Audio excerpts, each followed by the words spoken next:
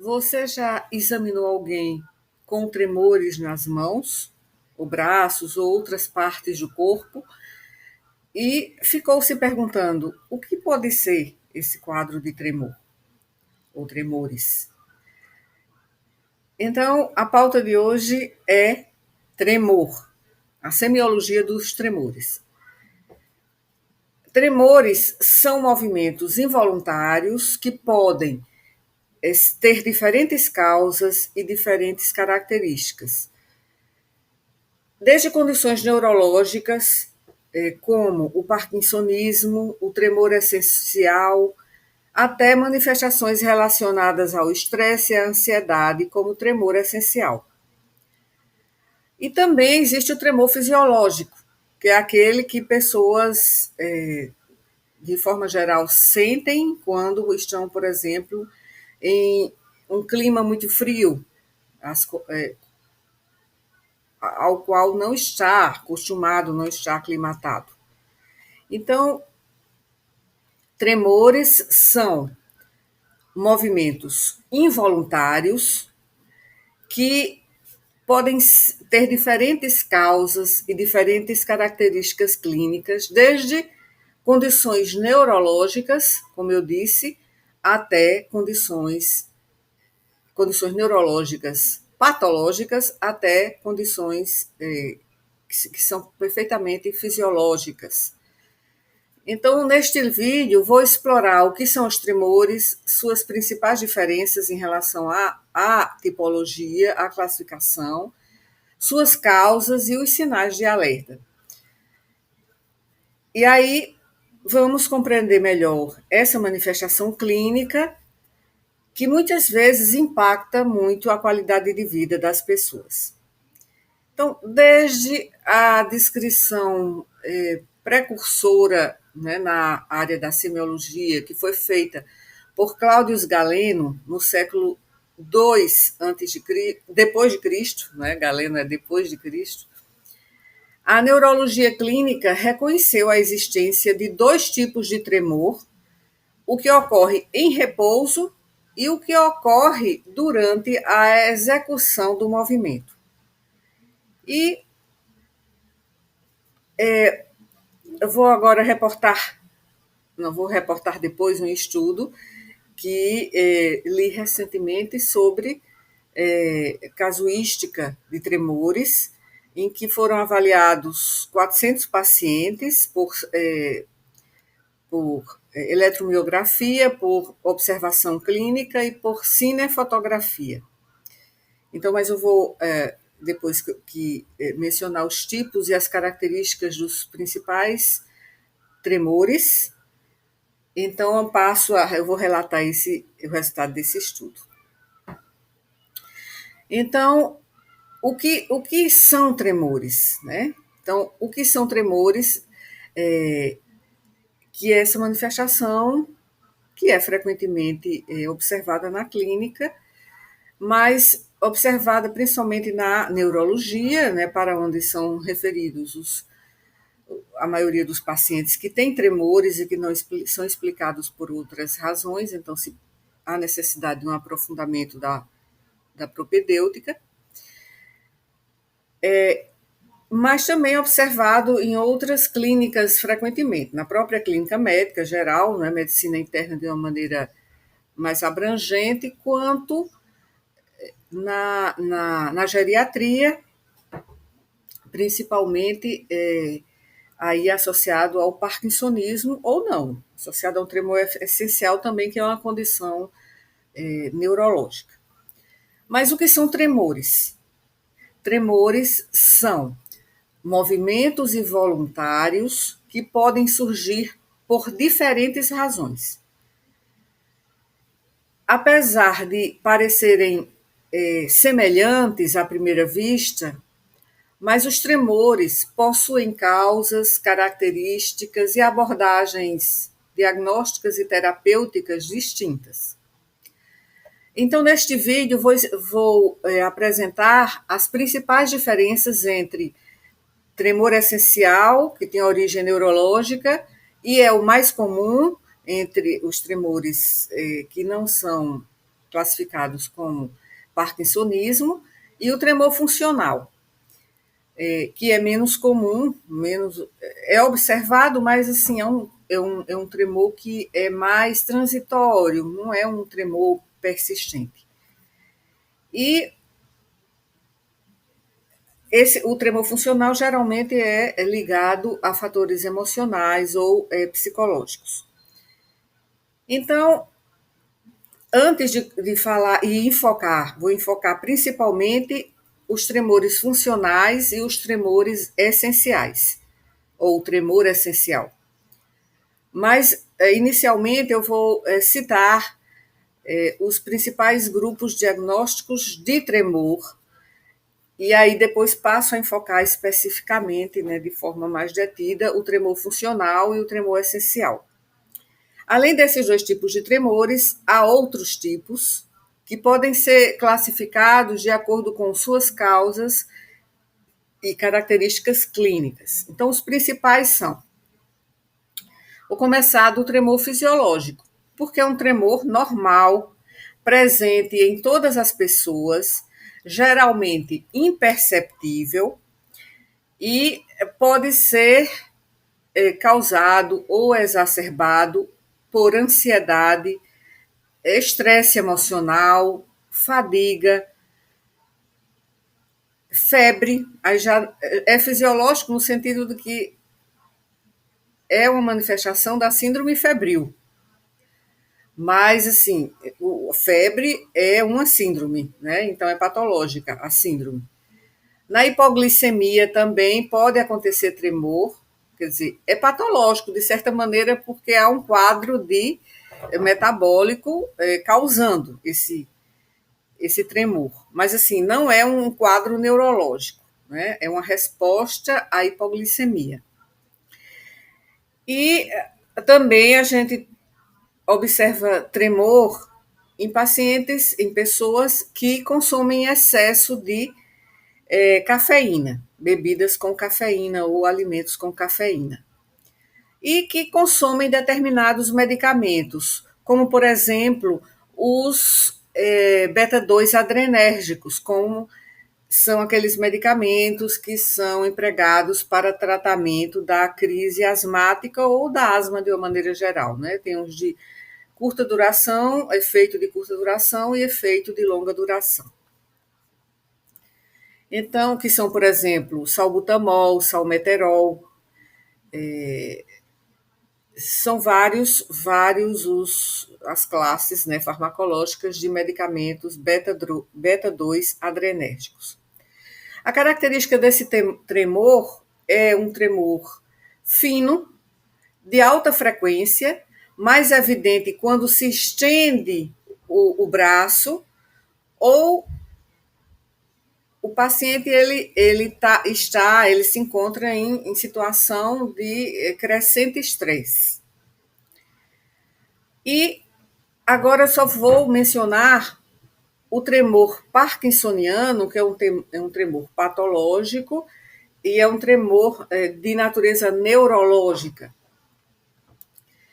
que é a causa mais comum de tremor, né, de natureza neurológica e de fundo patológico. O tremor parkinsoniano é associado à doença de Parkinson ou outros parkinsonismos e se deve a um quadro degenerativo de neurônios dopaminérgicos, né, nos núcleos da base, então constituindo um quadro extrapiramidal. É um tremor, esse tremor do parkinsonismo. É um tremor que ocorre em repouso, quando a parte do corpo está em repouso e diminui com a movimentação. É um tremor de baixa frequência e é um tremor geralmente assimétrico. Esse tremor também, além das mãos, dos braços, também pode afetar a mandíbula e pode afetar também os membros inferiores. E esse esse quadro de tremor associado ao parkinsonismo, ele não se apresenta isoladamente, porque se associa a um quadro geral de rigidez muscular, que é uma rigidez plástica, ou seja, extrapiramidal, e porque é um comprometimento dos núcleos da base. O paciente também apresenta bradicinesia, né, que é a lentificação dos movimentos, e apresenta também instabilidade postural, ou seja, uma alteração do equilíbrio da coordenação motora. Isso se reflete também na marcha que é característica, a marcha parkinsoniana. E também a fáscias do paciente é característica também, uma fáscias de máscara, que é a fáscias característica do parkinsonismo. Há também o tremor cerebelar. O tremor cerebelar está relacionado a lesões ou disfunções do cerebelo e está presente na doença neurodegenerativa, que é a esclerose múltipla, está presente no quadro clínico, pode estar presente no quadro clínico do acidente vascular encefálico, do traumatismo craniano ou de doenças degenerativas. E as características desse tremor cerebelar são as seguintes: é um tremor de intenção, ocorre durante movimentos voluntários, especialmente no final de uma ação. Então, é diferente do tremor do parkinsonismo, que é um tremor de repouso, que acontece mais em repouso e que se reduz com o movimento. Já o tremor cerebelar é um tremor que é intencional, ou seja, quando o paciente vai executar um movimento voluntário, principalmente no final desse movimento, é que é perceptível esse tremor. E também, geralmente, ou na maioria das vezes, é acompanhado por ataxia, né, a marcha atáxica, e por dismetria, que também são alterações da coordenação e do equilíbrio. Então, a frequência é variável, mas a amplitude ela é mais alta, a amplitude dos tremores. Existe também o tremor que acontece por alterações musculoesqueléticas, que acontece em condições ortopédicas. É um tremor raro, que é causado, né, por uma instabilidade articular ou por problemas ortopédicos. Então, é relacionado ao movimento e geralmente afeta membros inferiores, mas é pouco frequente. Há também o tremor que está associado ao uso de medicamentos ou substâncias psicoativas ou não psicoativas, mas que têm uma ação neurogênica, que é o tremor que acontece por uso de medicamentos psicotrópicos.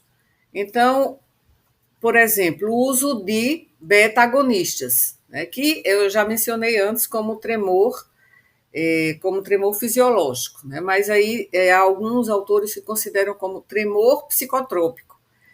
Mas esse tremor também inclui o uso de antidepressivos ou o uso de bebidas alcoólicas. E esse tremor pode imitar o tremor essencial e também pode imitar o tremor fisiológico, dependendo da substância que estiver sendo usada. Existe também o tremor neuropático, que é associado às neuropatias periféricas, por exemplo, a neuropatia diabética, a neuropatia hereditária, a neuropatia tóxica.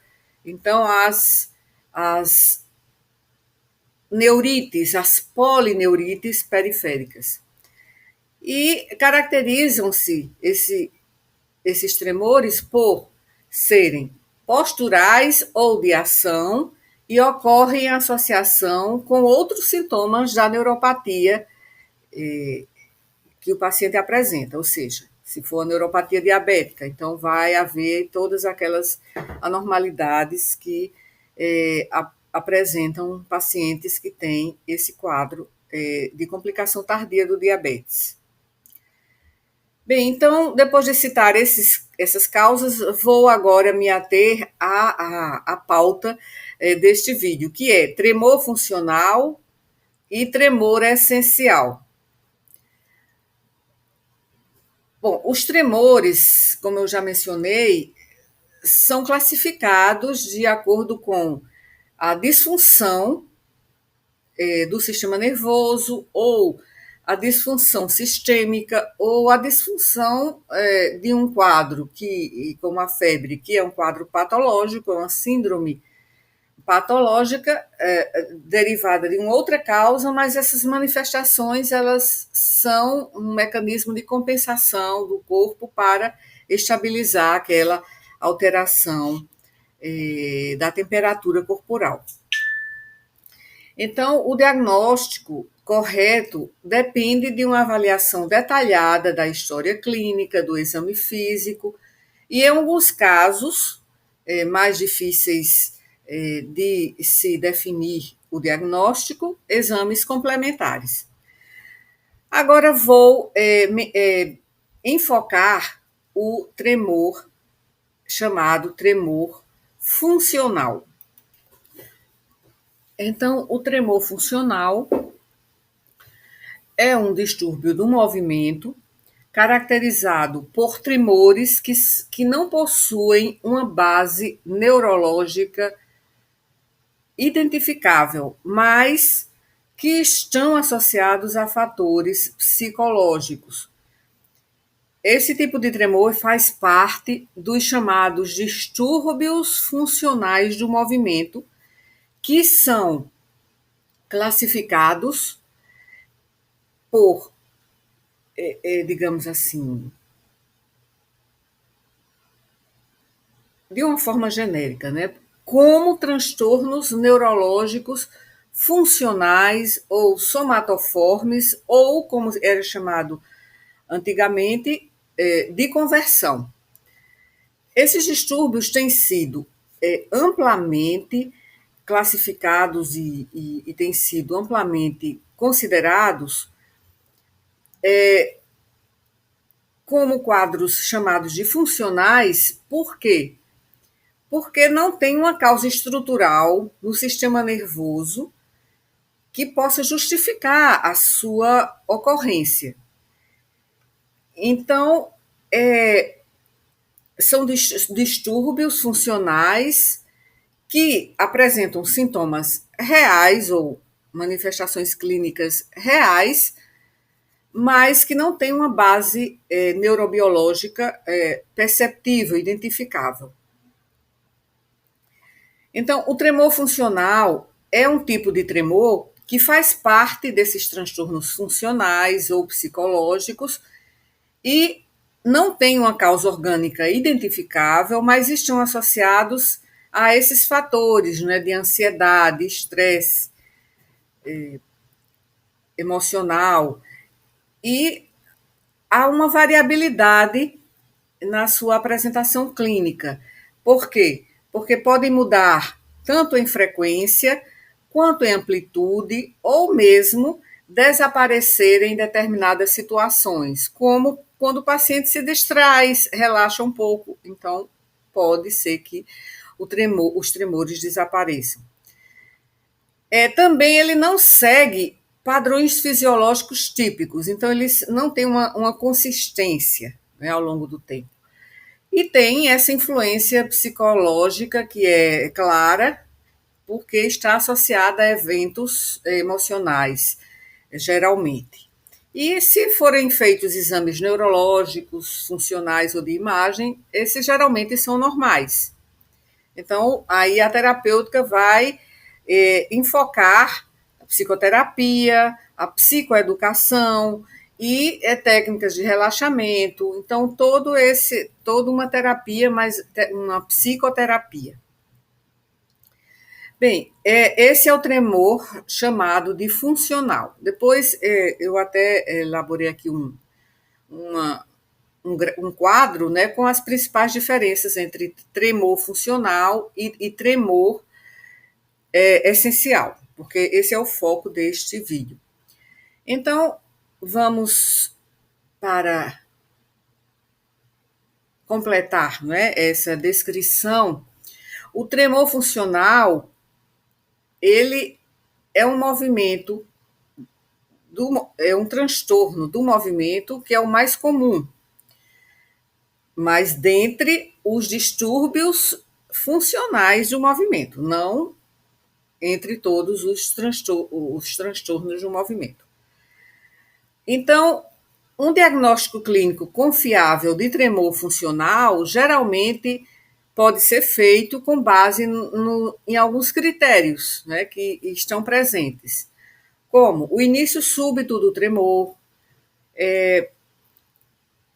a distração, né, faz com que o tremor, ele desapareça, né, quando a atenção ela for focada em outro aspecto, né, no ambiente, por exemplo, então ele pode desaparecer.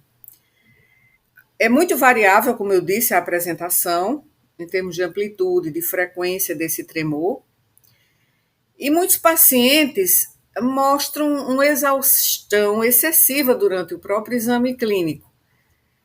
Além disso, outras manifestações somatoformes, ou seja, de somatização, podem ser reveladas na própria história clínica do paciente. E os pacientes podem mostrar sintomas e sinais também funcionais associados, outros sinais funcionais. Em casos em que o diagnóstico clínico continua desafiador, então pode-se lançar mão de exames complementares e muitas vezes, nesse caso, não está mais na nossa alçada da clínica generalista, né, ou da medicina de família e comunidade. Muitas vezes já esse paciente sai da atenção primária e quando há necessidade de um aprofundamento diagnóstico, ele é encaminhado para a atenção, né, secundária ou terciária, para o âmbito, né, das especialidades, né, para um neurologista. Então, aí um exame, em casos raros, né, nos quais a distinção entre esse tipo de tremor funcional e a doença de Parkinson e é difícil, a tomografia computadorizada por emissão de fótons associada ao transportador de dopamina pode ser realizada, mas isso já no âmbito, né, do especialista, da atuação do neurologista. Bem, a gente pode chamar também o tremor funcional de tremor psicogênico, embora esse termo psicogênico ele possa ser considerado por alguns autores como obsoleto, como eu mencionei aqui em um dos vídeos anteriores. Então, esse tremor funcional ele responde por mais de 50% da etiologia, né, de pacientes com tremores em coortes publicadas. E houve uma maior variabilidade nos relatos da incidência de tremor funcional nos estudos que eu tenho revisado. Então, varia entre uma manifestação considerada rara a até 11% de todos os encaminhamentos de tremor para uma clínica de transtornos do movimento.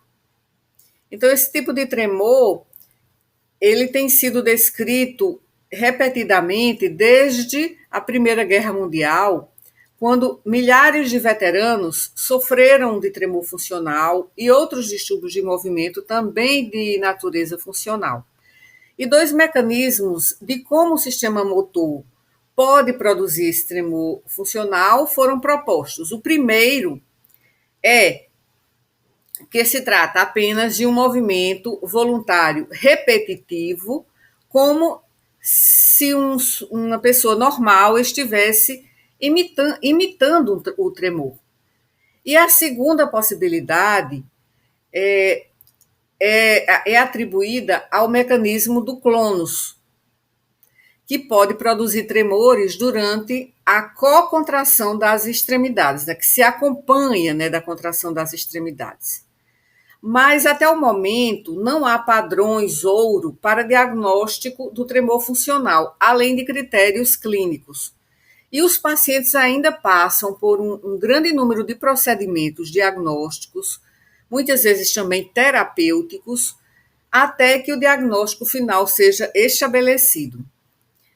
Então, a importância de um diagnóstico positivo em vez de um de exclusão tem sido, muitas vezes, frequentemente enfatizada nos estudos da literatura.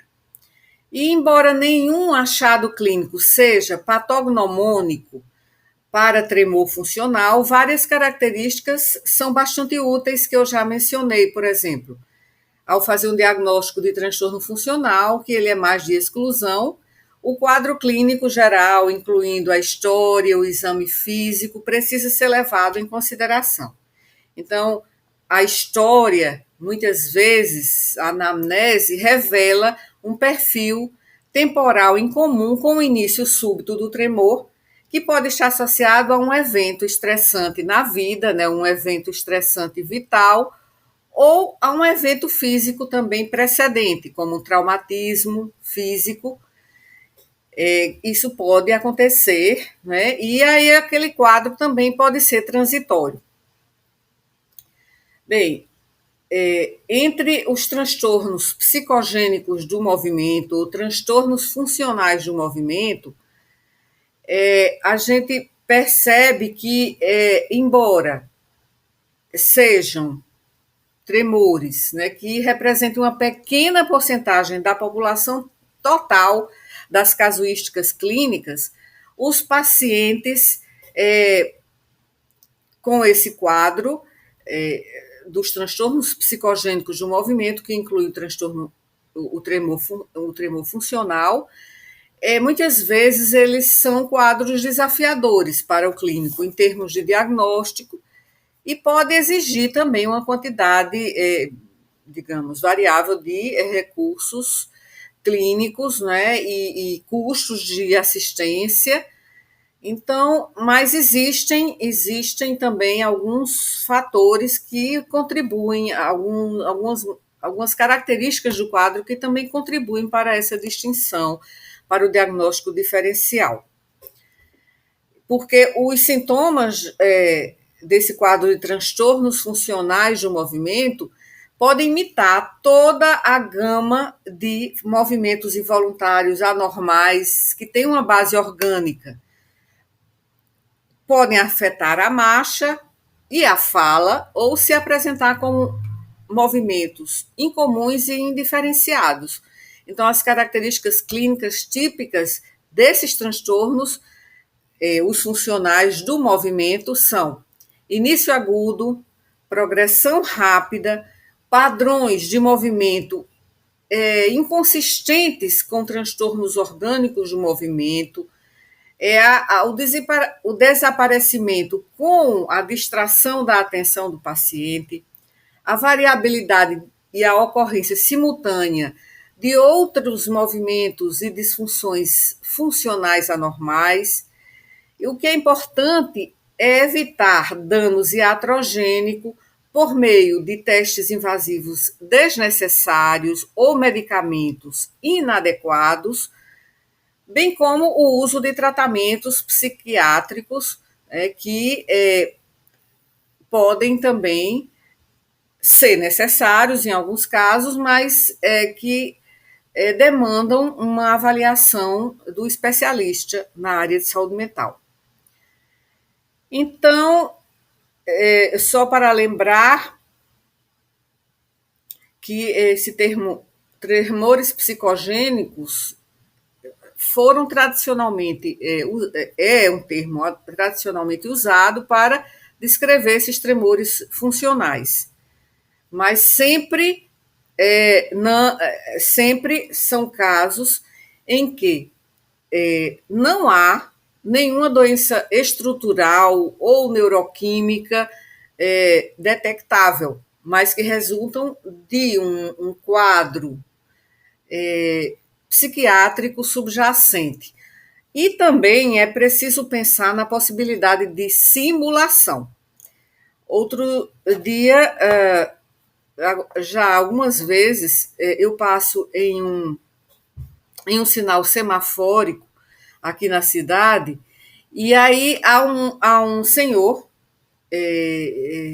que está mendigando naquele ponto, e eu não o examinei, mas eu o vejo com frequência, e algumas características dele nos fazem pensar que se trata de possivelmente, né, possivelmente, de um transtorno talvez factício, ou seja, ou um transtorno factício, ou um transtorno, aliás, ou nenhum transtorno, mas sim de simulação. Depois, acabei pensando aqui, né, na pauta de um vídeo em que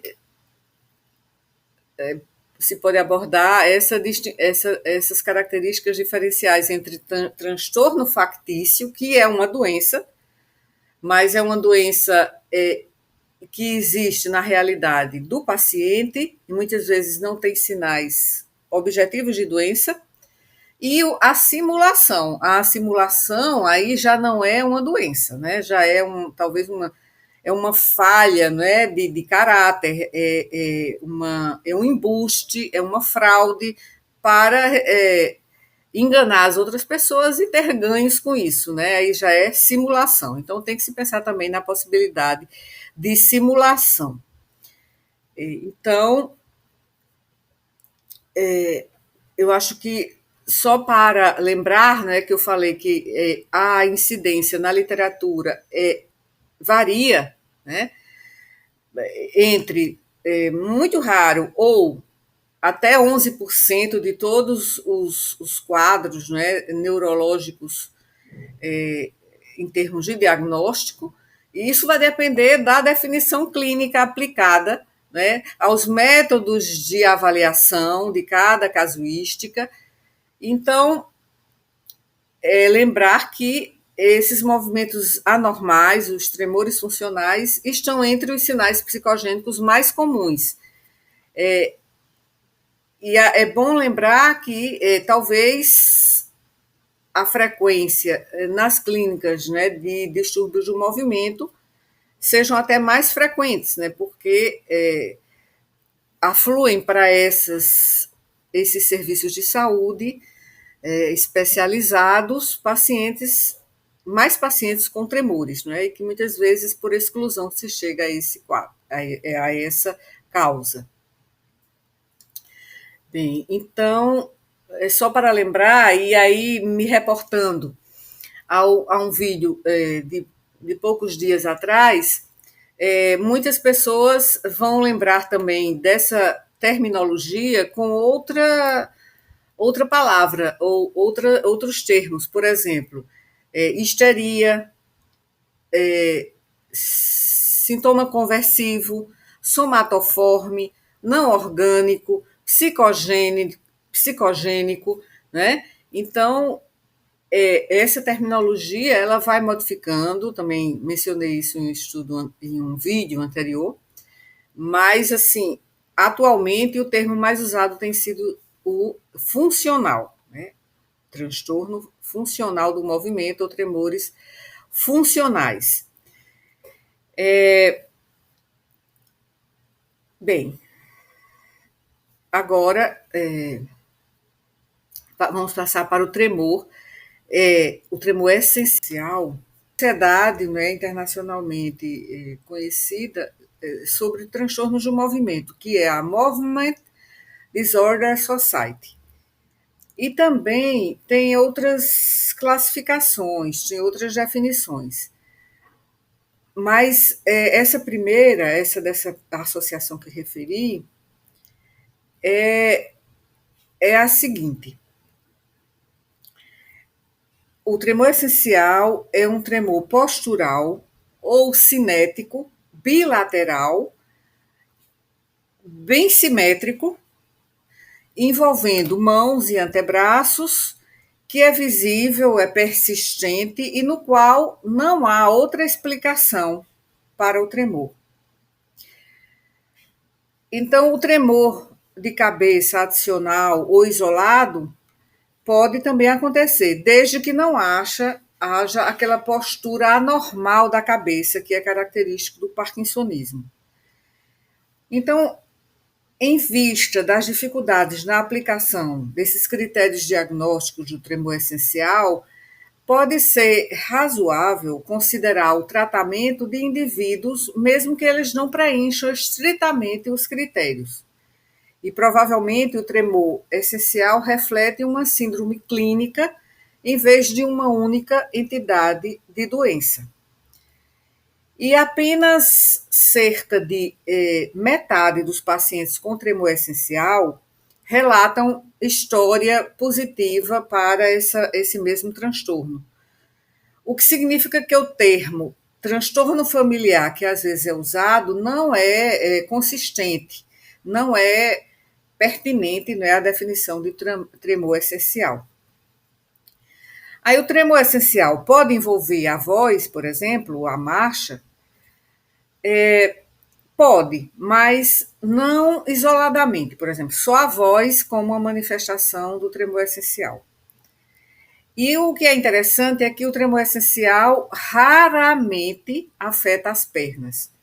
Então, embora os critérios diagnósticos exijam que o tremor essencial seja simétrico, 50% de uma casuística de quase 500 indivíduos consecutivos, né, diagnosticados com tremor na clínica Mayo, tinham doença, tinha manifestação assimétrica, quer dizer, 50%.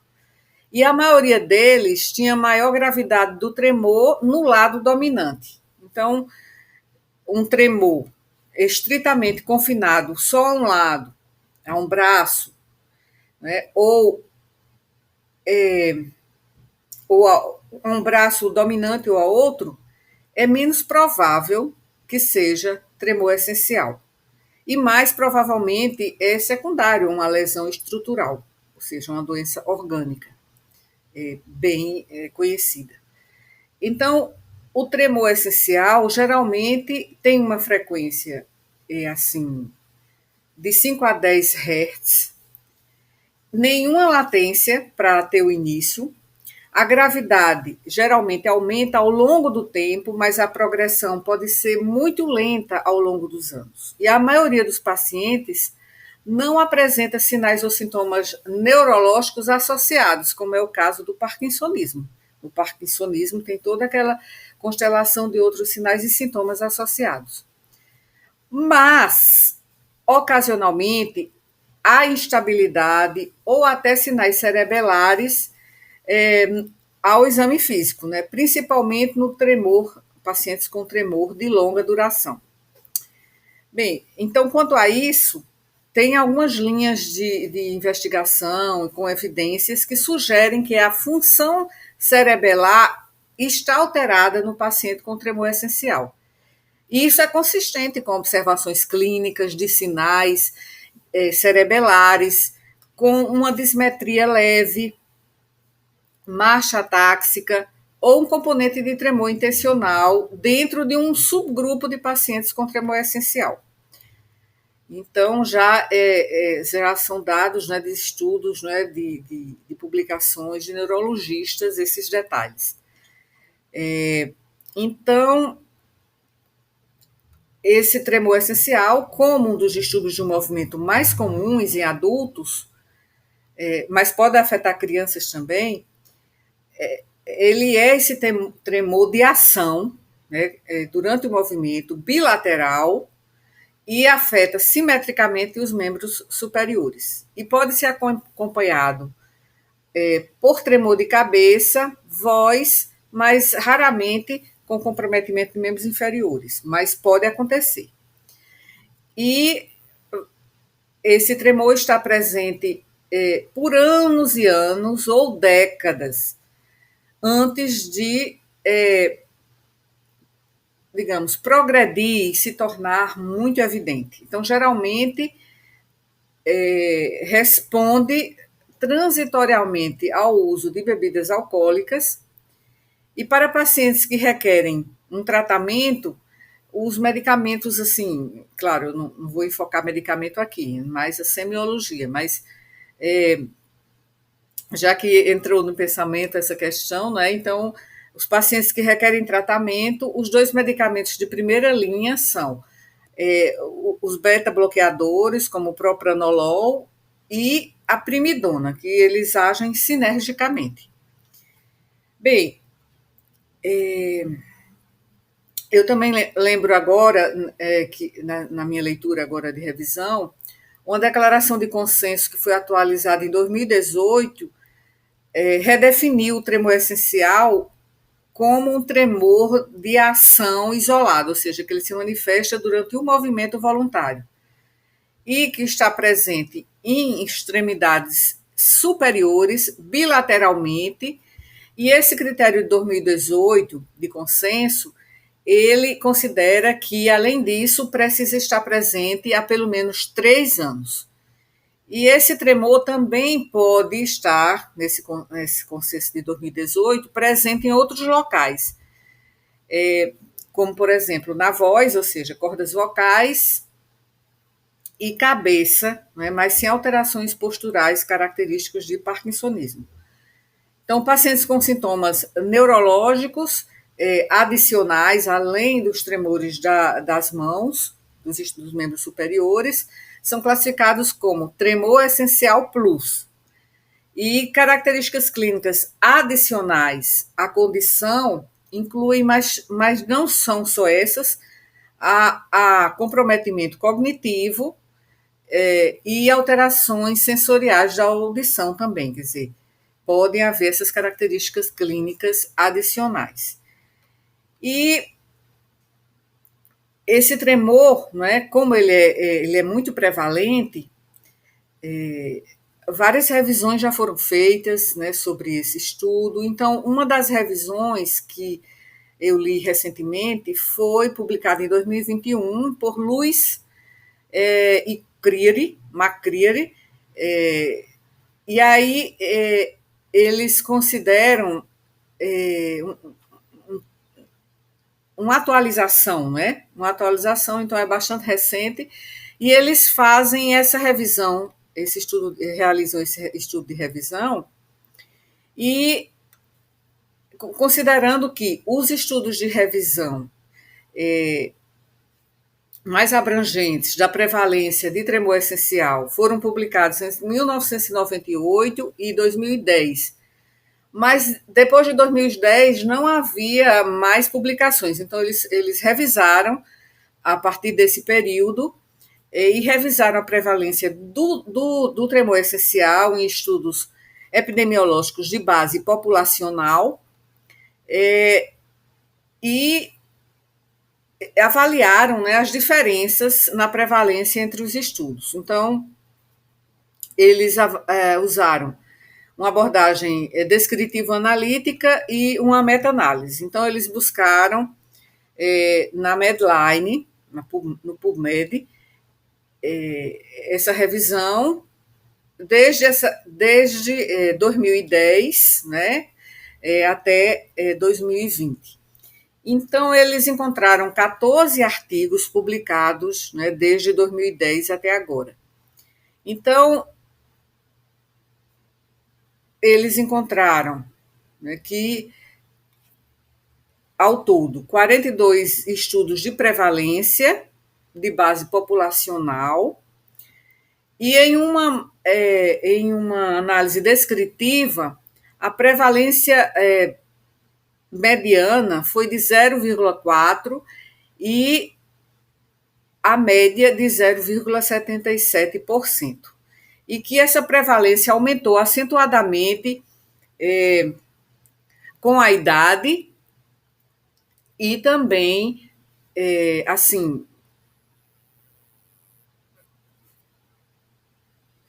a partir de 65 anos, né, de 65 anos e mais, a prevalência ela chegou, digamos, por aumentar, né, chegou a 5,8%. Então, essa prevalência teve uma mediana de maior, né, acima de 65 anos, e com a mediana de 5,9% e uma média de 8%. Então, nas fases etárias mais velhas, a prevalência mediana, mais velhas que a década de 60, né, mais 70, 80 anos, aí a prevalência mediana ficou em 9,3%. Então, essa prevalência aumentou nessa revisão sistemática, aumentou de 74%, em 74%, para cada década de idade que ia aumentando, né? Então, embora o gênero não tenha impactado, né, nessa meta-análise que eles fizeram.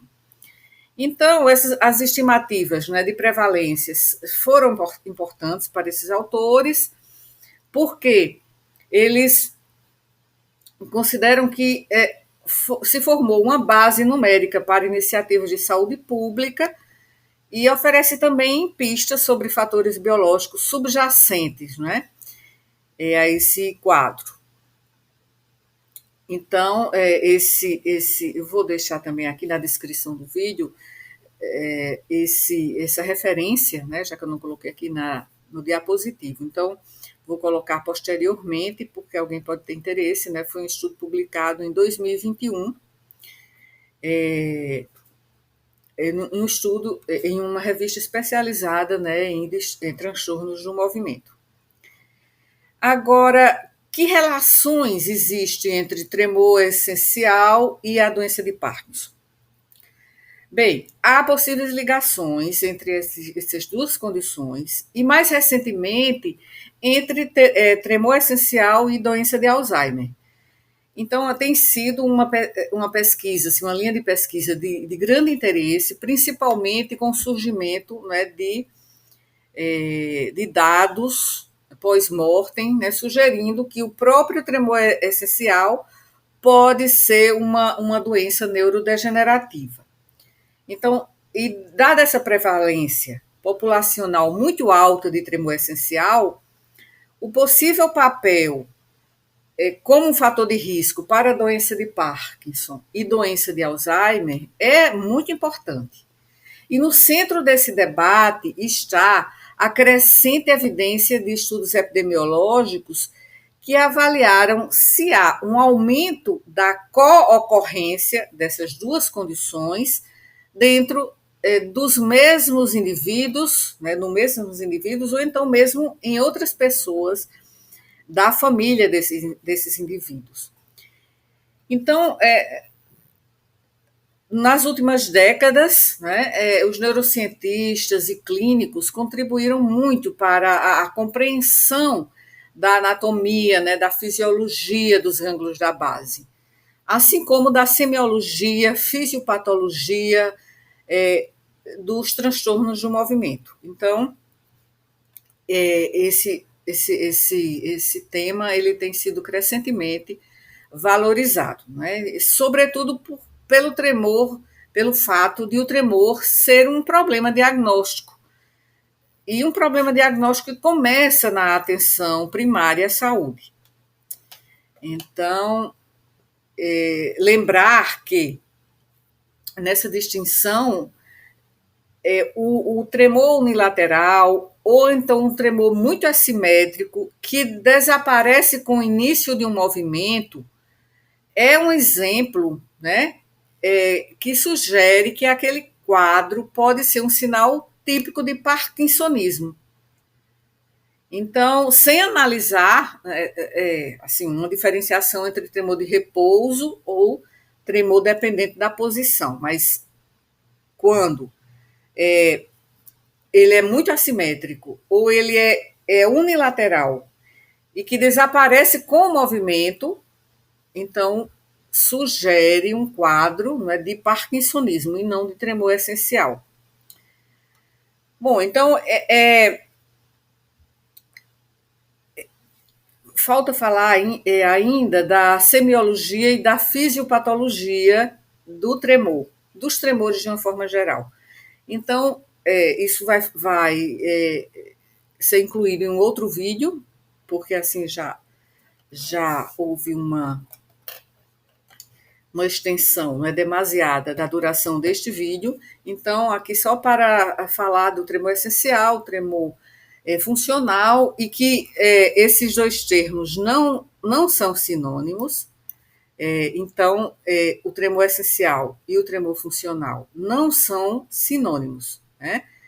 Então, o tremor essencial é um tremor que tem possivelmente uma base neurobiológica. O tremor funcional não tem uma base neurobiológica. Então, por isso que fiz essa apresentação enfocando esses dois tipos de tremores, né? Então, distinguindo que transtorno essencial não é sinônimo de transtorno funcional. São condições, são quadros clínicos diferentes, né? Então, e existem esses outros tipos de tremores que citei no início deste vídeo, mas deixando claro essa distinção, né? E então, no próximo vídeo, vou apresentar a distinção, acho que já vou apresentar aqui, não é para falar apenas da semiologia no próximo vídeo. Então, deixe-me ver aqui. Aqui é a fisiopatologia, que vou falar posteriormente. Então, aqui vamos ver a fisio. Não, a fisiopatologia não, foi no slide anterior. É que eu estou aqui tentando arrumar. Então, eu vou falar aqui, mostrar, para terminar essa distinção entre tremor essencial e tremor funcional, vou mostrar aqui essas diferenças. Então, eu não coloquei aqui a causa, não é? A etiologia, coloquei sim. Então, veja, o tremor funcional, né, ele que está aqui na segunda coluna, é um tremor involuntário, mas o tremor essencial também é um tremor involuntário. Mas vamos ver qual é a definição de tremor. Vamos começar aqui pelo funcional, pelo essencial, pelo tremor essencial. Então, é um tremor rítmico, geralmente bilateral, mais comum nas mãos e frequentemente é associado a movimentos voluntários, ou seja, de ação, né? Acontece com o movimento voluntário. O tremor funcional é também um tremor involuntário, com características inconsistentes, não são características muito típicas, que variam em frequência e amplitude. Na epidemiologia, a prevalência mais alta é em idosos em relação ao tremor essencial. E é uma prevalência mais alta em idosos e pode ter uma predisposição genética, ou seja, uma herança, né, que é autossômica dominante, aqui como eu coloco. Já o tremor funcional, ele é mais comum em indivíduos jovens, mais que vão da faixa etária jovem até a meia-idade, e frequentemente é associado ao estresse ou a transtornos psicológicos, como já mencionei. Agora, manifestações clínicas. O tremor essencial é um tremor postural ou cinético, ou seja, acontece durante a ação, o movimento voluntário. Pode melhorar com o uso de bebidas alcoólicas, piora com o estresse e a ansiedade. Enquanto que o tremor funcional, ele tem características não fisiológicas, ou seja, ele está ausente em tarefas específicas e melhora com a distração da atenção do paciente.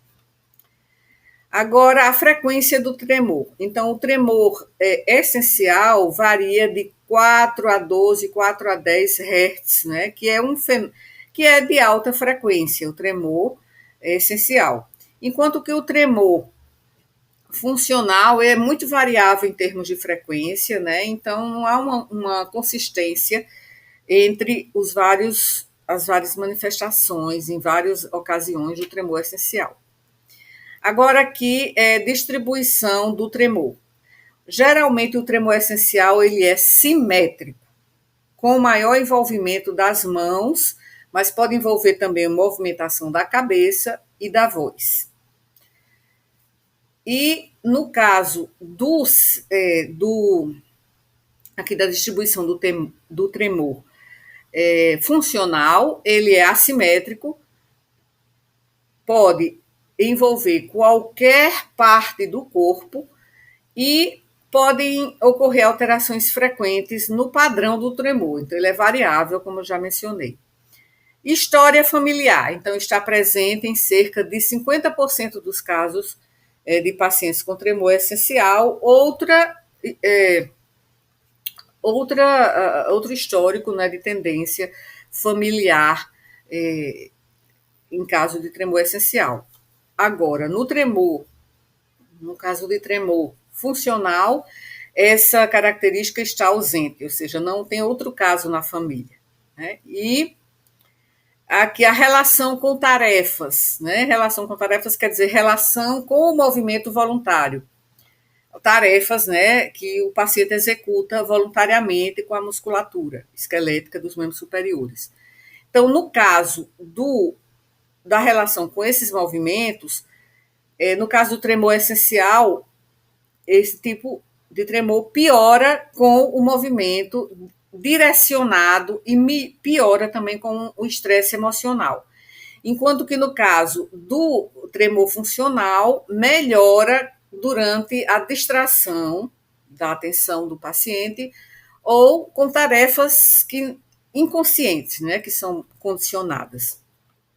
As alterações neurológicas. O tremor essencial não está associado a outras alterações neurológicas, exceto em casos avançados, né? Embora o tremor essencial ele vai evoluindo muito lentamente ao longo dos anos. E o tremor funcional, ele é associado a outros sinais neurológicos funcionais, como fraqueza, transtornos da marcha, mas tudo fazendo parte de um transtorno funcional neurológico. As alterações neurológicas, elas, digamos assim, elas não estão presentes no tremor essencial, geralmente. E os exames complementares, geralmente no tremor essencial, os exames são normais. Então, o diagnóstico é baseado em critérios de associações como o da Movement Disorders Society, que eu mencionei antes. E no caso do tremor funcional, os exames também são normais e não há nenhum tipo de alteração também, mas, assim, o critério diagnóstico já não digamos, estritamente o que o critério diagnóstico que mencionei mostra para o transtorno essencial, né, o tremor essencial.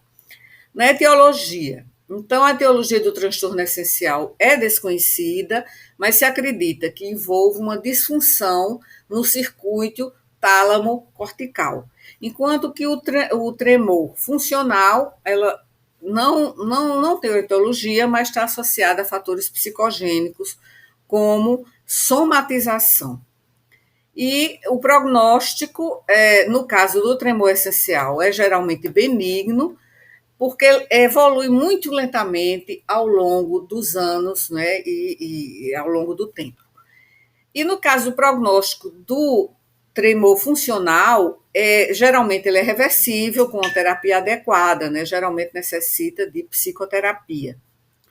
E o tratamento, não é? No caso que o tratamento aqui a gente não enfocou, mas só para a gente estabelecer um paralelo assim distintivo. Então, tratamento do tremor essencial é o propranolol e a primidona. No caso do transtorno essencial também, além desses medicamentos, pode-se usar em casos mais severos a estimulação cerebral profunda, né, que é um tratamento eletrofisiológico. E no caso do transtorno funcional, a abordagem terapêutica é multidisciplinar, com psicoterapia, terapia ocupacional, e assim também pode se realizar fisioterapia também. Então, essas são as diferenças. E as características semiológicas, mas as características semiológicas vou guardar para o próximo vídeo, e aí eu falo de uma forma geral da semiologia dos tremores. Bom, então, até a próxima. Quando você que está inscrito aqui no nosso canal pode receber as notificações das nossas próximas pautas, das pautas dos nossos próximos vídeos. Então, até o próximo.